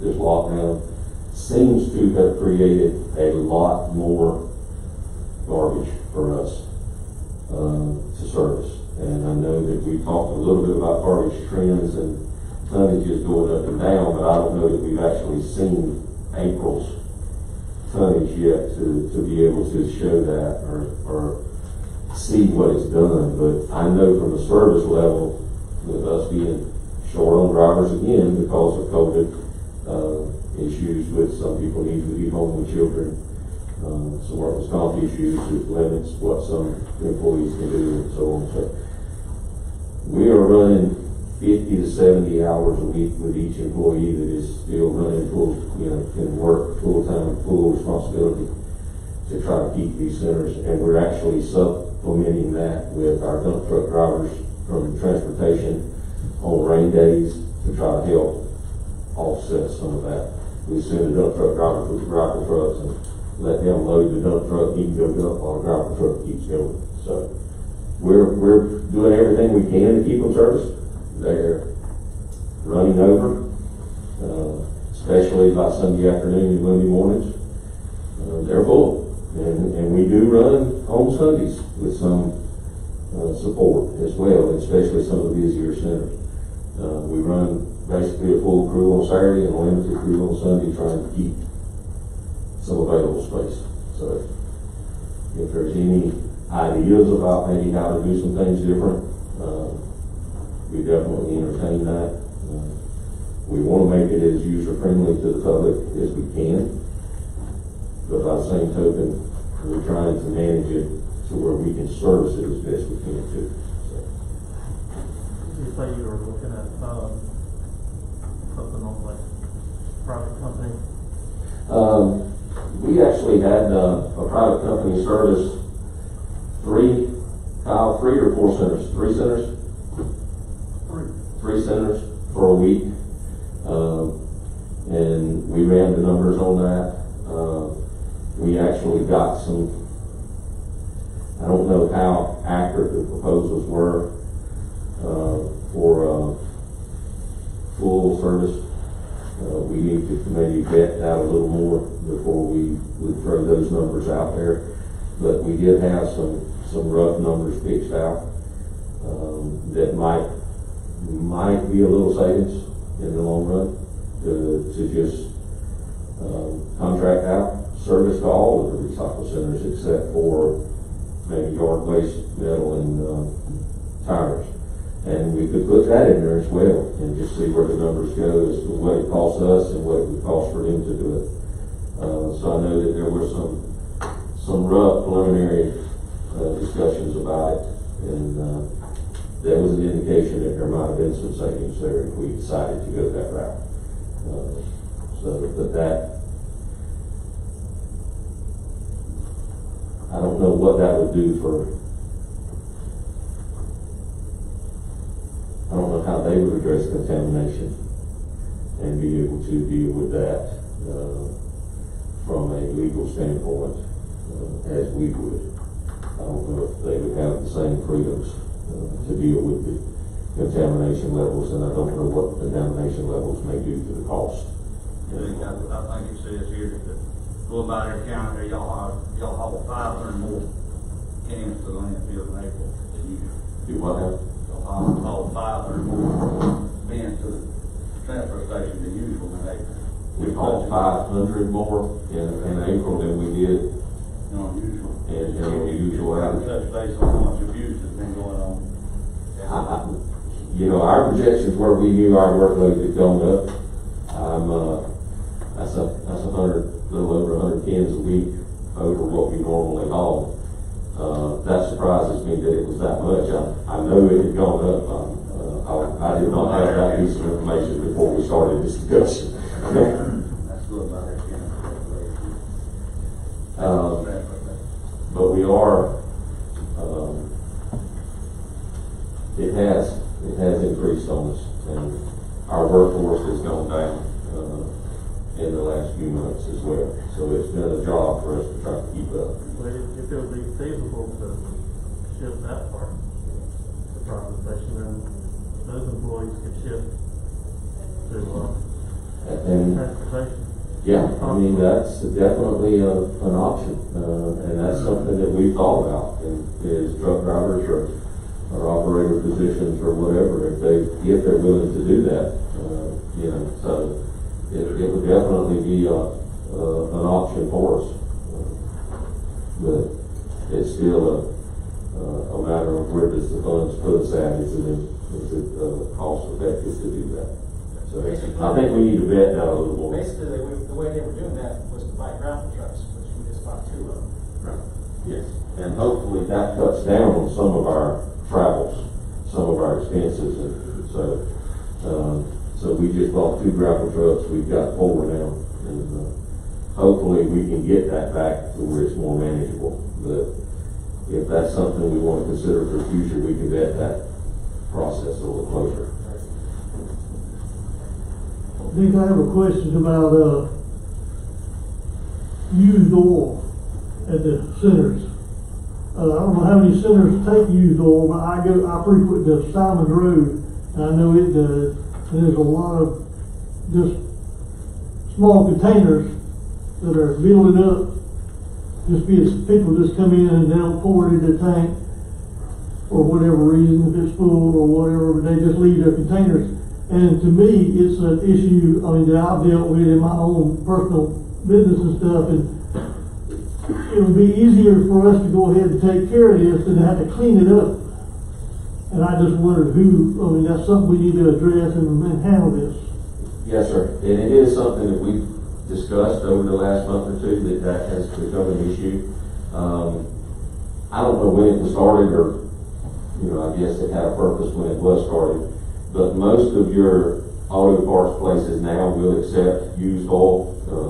That may be a business we need to get out of. Right, yeah, exactly, because the containment areas that were originally constructed to service that are no longer compliant, I guess you would say, and allow us some leakage and probably some responsibility there. So that was the discussion that we've had in the last month or 2, that we need to get out of that completely. Probably just need to go tear those containment areas down so it doesn't even give the representation that we're continuing to do that, and then post it as we no longer accept used oil. But that is one of the issues that we have been discussing, and how can we go about getting out of that process. And it's not something that we've ever made anything off of. We just had a company that went around to each side and collected the used oil. How many centers do that? Ooh, now that one, Kyle, you know exactly how many? I don't think there's but about 3 that don't. That don't? Oh, okay. So there's probably 16 or 17 that accept it. Yeah. So, but yeah, definitely. That's a We need lot to of get out of liability that. right there. That's a lot of liability right there. Yes, sir, we need to get out of that. And we'll work towards that. Let me make a comment or ask a question. And I knew going into this, we're going to have lengthy discussions on both these issues, because I feel like this is 2 of the biggest issues, and we get more calls. But, we could stay here till 5 o'clock discussing these 2 issues. Or we can decide, we're still live streaming, and I think there's still people watching. Do we want to stop this discussion, move into the budget process so we can hear if there are any monies available or whatever, or and have a special called workshop before the end of the month so that we can spend more time on this? Or what would you like to do? We can continue on. It doesn't matter to me. I got all day. Money is definitely going to play the issue in what kind of service we can. Well, that's what I was thinking. We need to hear about monies before we can make any kind of decision on roads or recycle centers. But y'all want to continue on with your questions now? Mr. Chairman, it's all about money. What we can do, and I think everybody knows the problem they have with transportation and our centers. But I suggest we go ahead on listen to what we don't have to pay for it. The suggestion is that we table this for another time, come back to it in a workshop. Is everybody agreeable with that? Or okay, then we're gonna we're gonna table the balance of this discussion. We know we have some major issues, but we also know that we have to find out with this COVID-19, it has basically destroyed the county budget, plus a lot of other businesses in Bullock County, but today we would like to hear a presentation from Tom. Thank you all for your time. Yes, sir, thank you. And to the citizens still listening, we will call for a special workshop very soon, and we will advertise that. Good morning again. I might go ahead and just very briefly address some of the issues that were talked about with transportation and sanitation from a financial perspective, not from an operations perspective, because you all heard that, and you can read what Mr. Butler and Mr. Deloach put together, which was very comprehensive. But you know, if you're talking about roads, particularly dirt roads, you're not going to get a lot of help, I think, going forward out of the general fund. We do have T-SPLOST, but when we approved T-SPLOST a year and a half or so ago, going on 2 years, I guess, we had a very different model for it. We wanted to pave some dirt roads. We had a lot of resurfacing to do. We had intersections that needed to be addressed, greenway extension, and on and on. Although we did contemplate buying equipment as we normally do. You know, the T-SPLOST does have a provision to provide maintenance. I mean, I think, although the county attorney might lynch me if he has a difference of opinion, but I think it may be possible to transfer some operations and maintenance resources into, or actually supplement the general fund with operations and maintenance, although we have to be very careful how we do it and stay within in the lane of the law. And likewise with sanitation, what I think citizens need to understand is that with the exception of what we use out of SPLOST, it's really not paid for with the property tax. The citizens are indirectly taxed through their life insurance policies and liability policies. And this insurance premium tax is collected statewide, you know, from the insurers based on their gross receipts in Georgia. And then it's redistributed back to local governments based on a per capita basis relative to the population size of their jurisdiction. And we get roughly maybe $2.7 million a year out of that, which is substantial. But it helps us pay for sanitation operations and several other smaller services. And we've always had relative flexibility with that. I mean, I think we can, you know, talk about things such as privatization. One thing we don't often talk about, although I think it would inspire a populist revolution. You know, we could mandate curbside pickup for household waste. They collect it on the taxes, but those types of transitions, especially when you've been doing something as we have with the convenience centers for 30 years, may create some other unintended consequences, not so much with money, but just with service, illegal dumping, the popularity of it. Although we do have several, I think, smaller private household waste firms out there servicing a lot of households in the county already. But saving for all that, I think what I want to do this morning is dwell more so on, it's an extension of our conversation from a couple weeks ago with the general fund. And I don't know, Andy, can you pop your worksheets up? And if you all make sure your screens are turned on. Let me know if anybody doesn't have their screen operating. And, you know, in the last workshop, I'm not going to do this again, we went into great detail about economic, financial, and budget projections And the challenge that we have with a lot of data that's still lagging, especially economic data, whether it's current numbers on sales taxes.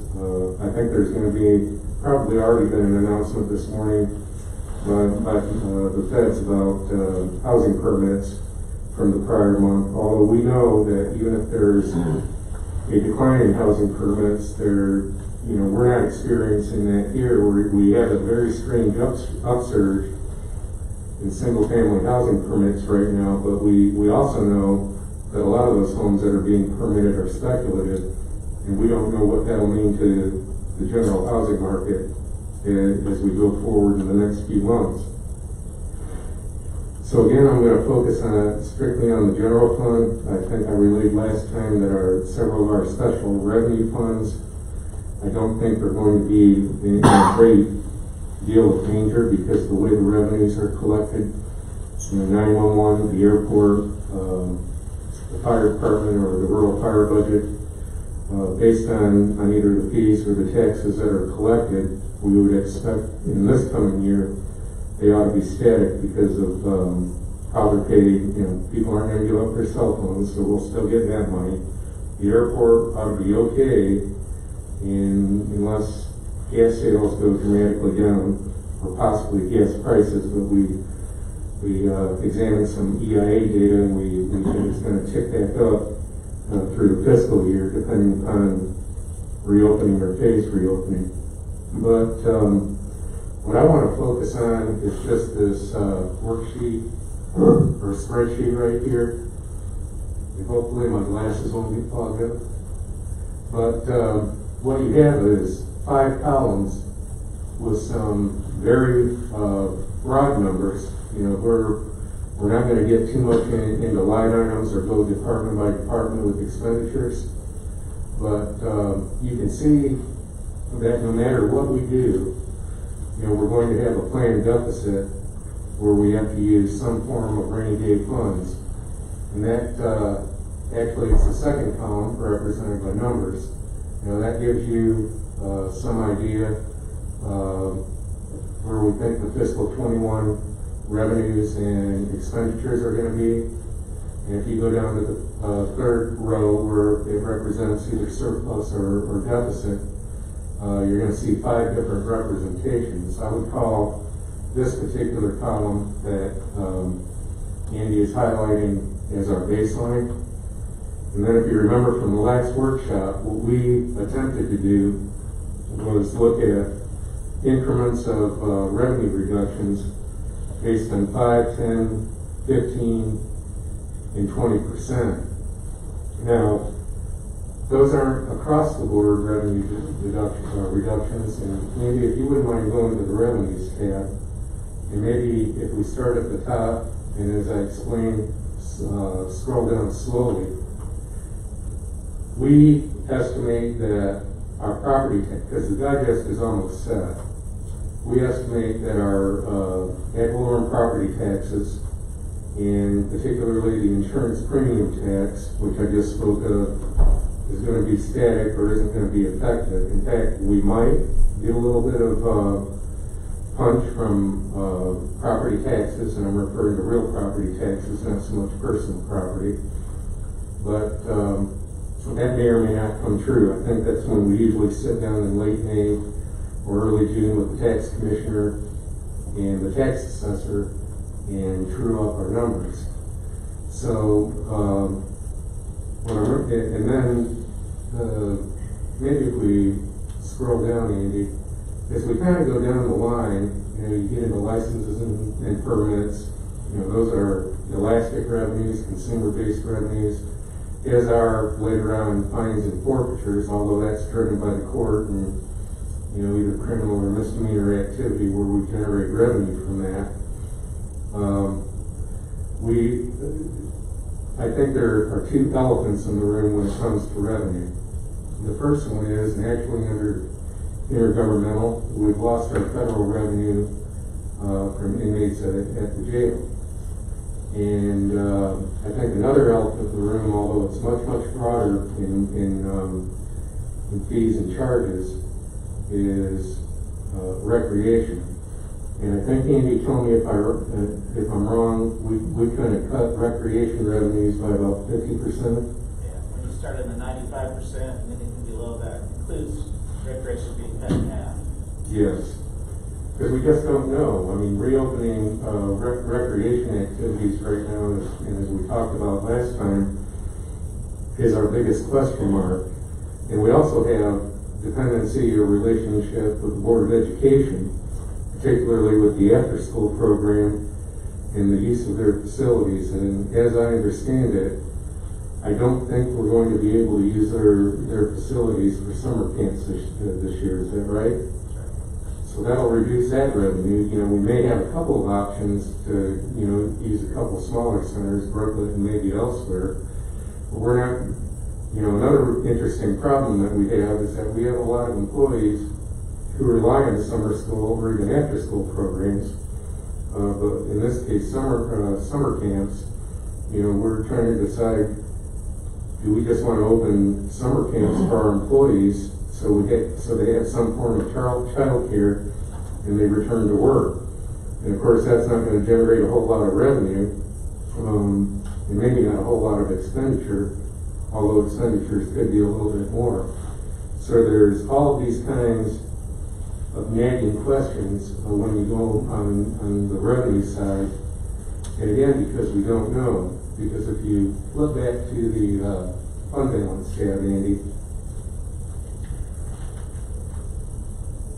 that bottom row, based on the budget numbers, is what we projected. We were last year at 25% fund balance at the end of the fiscal year. We think we're going to lose, and this is updated. Remember those ugly charts I showed you in the PowerPoint? Well, they're not quite as ugly, but if we charted this, it wouldn't be pretty. But we've made a lot of adjustments on the revenue and expenditure side. We'll talk a little bit broadly on the expenditure side in a minute. But if you project at the end of fiscal 21, the baseline would be, you know, I call it one cross your fingers outcome to the good, but I think it's a dangerous bet, is that we finish the year at 22%. You know, the ideal thing is if this were a longer recession like the Great Recession, you know, this would probably mimic what we saw between, I think, 2010, fiscal 10, and fiscal 13. But what we have here is based on those 5, 10, 15, 20, and targeted reductions on, particularly on elastic revenues. You know, you can see that there's still potential for things to be very ugly. So what we're going to have to do, particularly with the general fund, is we're going to have to be nimble and agile, because we're just taking a guess. We're taking an educated guess. We're taking our best guess, because it all goes back to the pandemic. If we kind of rock along through the summer and things are kind of going okay, you know, that may be great. But if there's a second wave next winter, there's a reality that we could slide across that continuum where cross your fingers on the right-hand side is not where you want to be. So what we're going to have to do at our level, at the staff level, is we're going to have to be very, very aggressive about monitoring monthly revenues and expenditures. And then in a minute, I'll show you about, you remember last week we talked about potential countermeasures.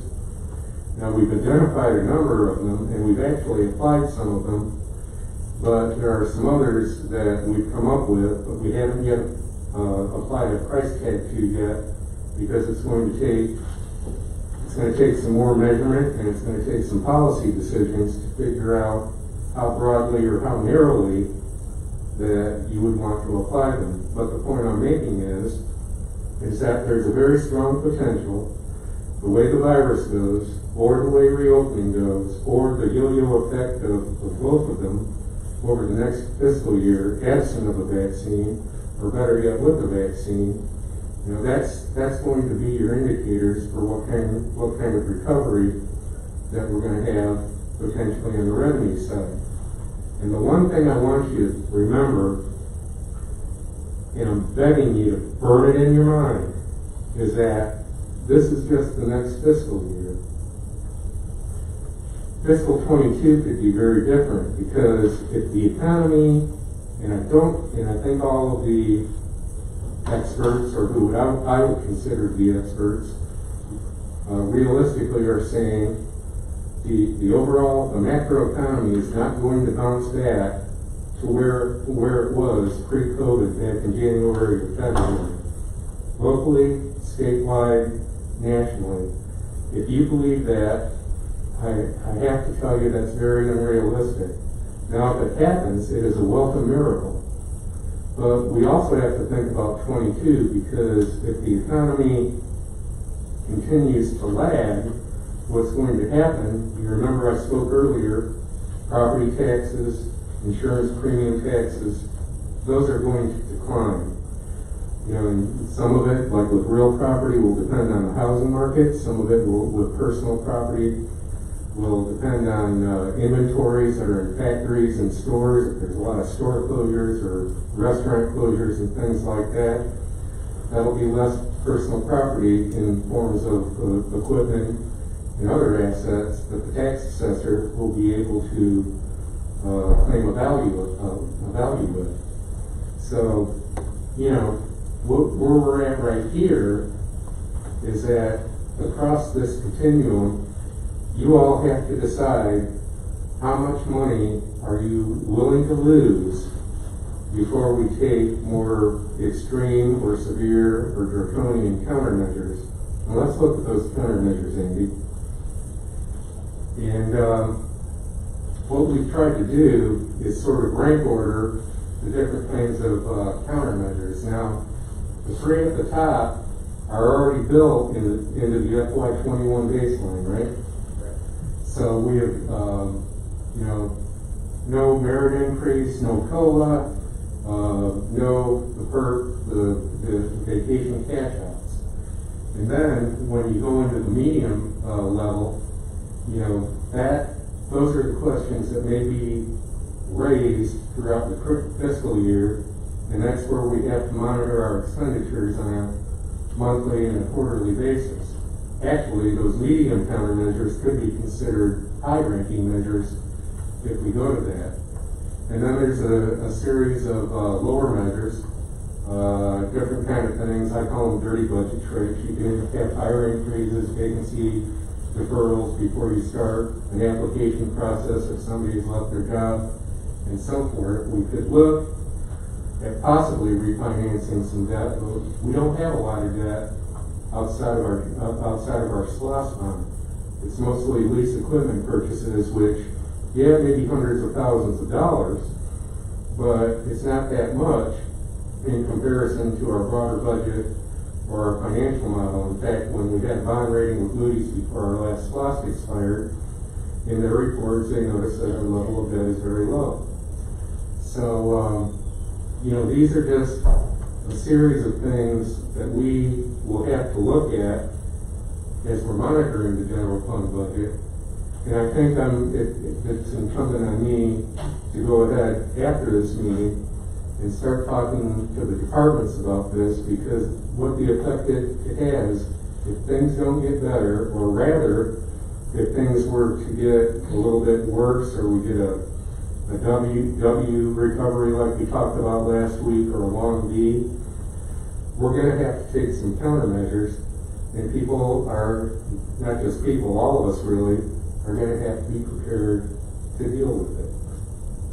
So, going back to fund balance again, and have I missed anything?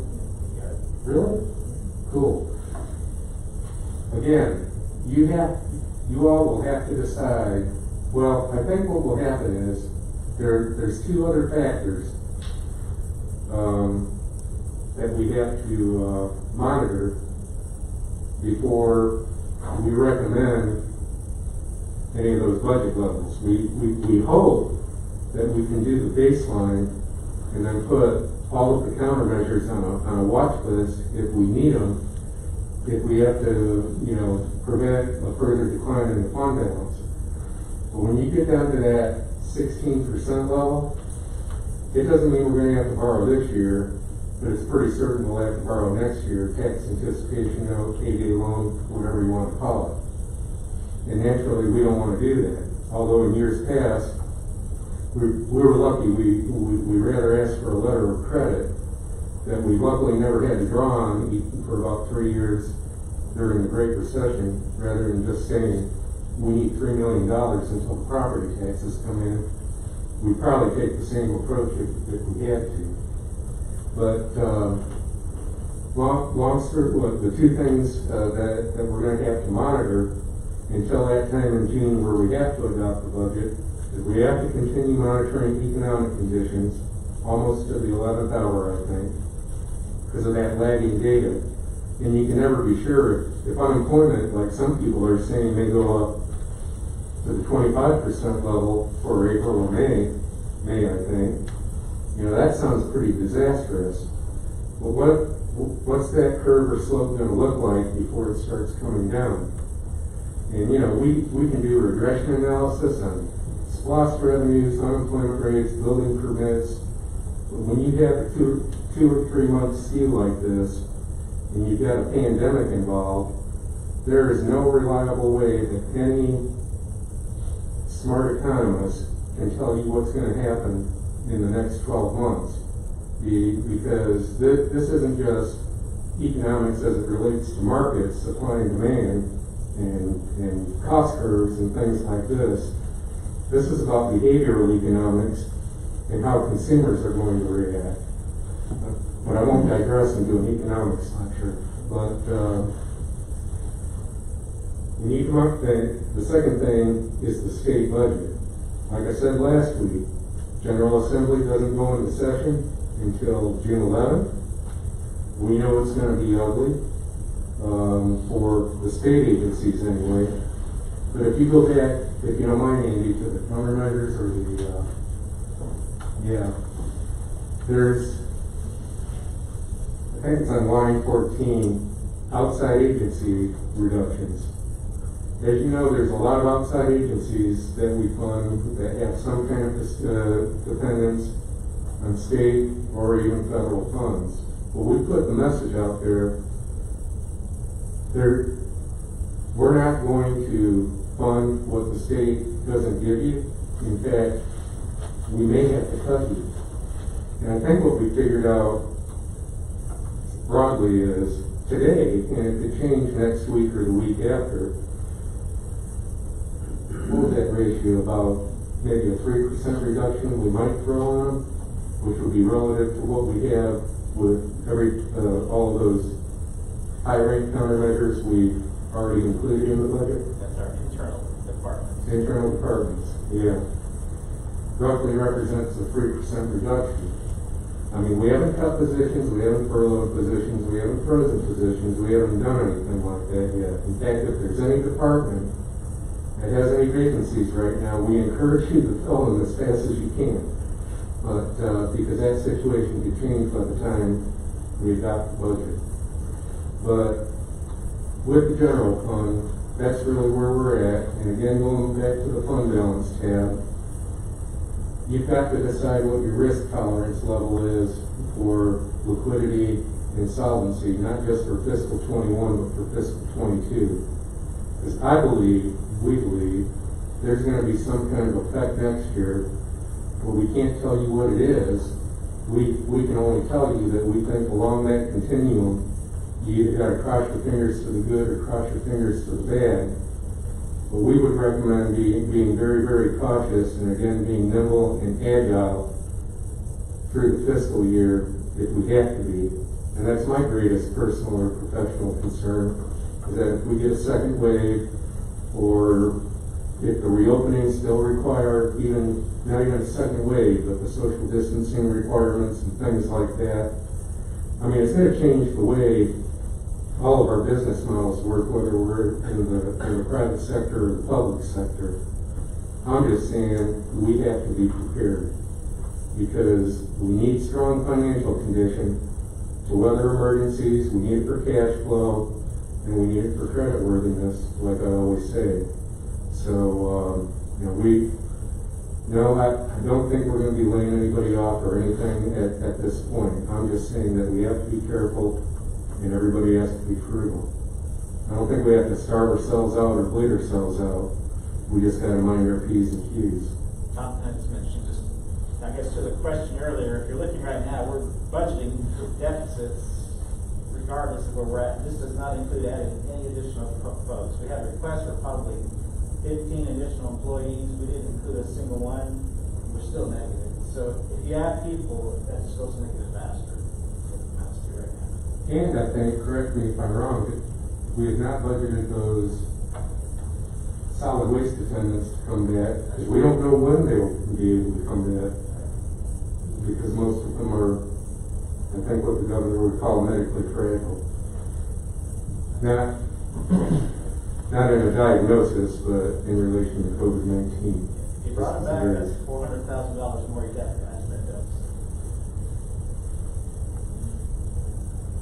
So, no pun intended, I probably threw a lot of water in Dave's presentation. But,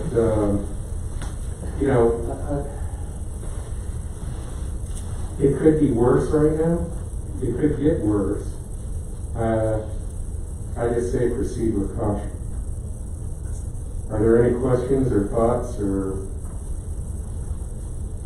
That's really all I had today. I think when maybe if we do get another workshop with roads and sanitation off our regular meetings before the end of the month, like you suggested, Mr. Chairman, we may, if we're ready, want to, I don't think we need to talk about Airport 911, maybe talk about SPLOST and T-SPLOST a little if we get a read from the new sales tax figures. Yeah. And right now, we're going to start putting together the budget document based on that column B, unless you let us know.